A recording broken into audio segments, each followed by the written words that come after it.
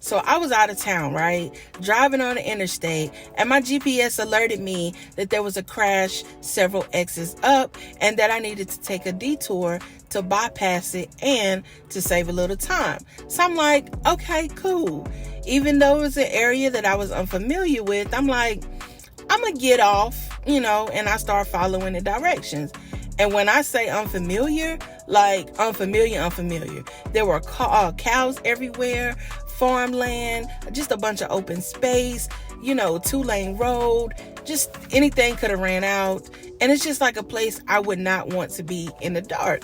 So I'm pushing to get past all of that. And I'm feeling real uncomfortable because this unfamiliar has lasted longer than I thought it should. But I try to just stay calm and follow the GPS. Now there's cars in front of me and behind. So I'm like, okay, cool. Maybe we all going on this same detour. Well, we riding for a while and I see those cars turning off. And at first I was about to follow them. But I was like, no, that's not what the GPS is telling me.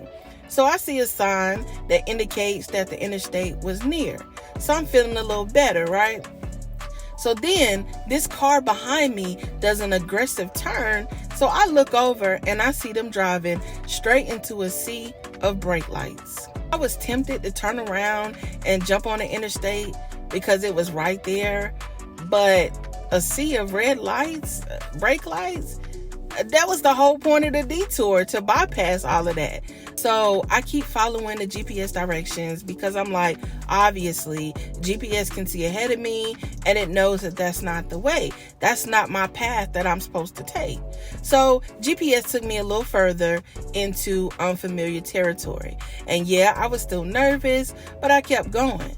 And I ended up bypassing all of that standstill traffic, all of the crashes and everything, jumping back on the interstate where I needed to be well ahead of all of that traffic.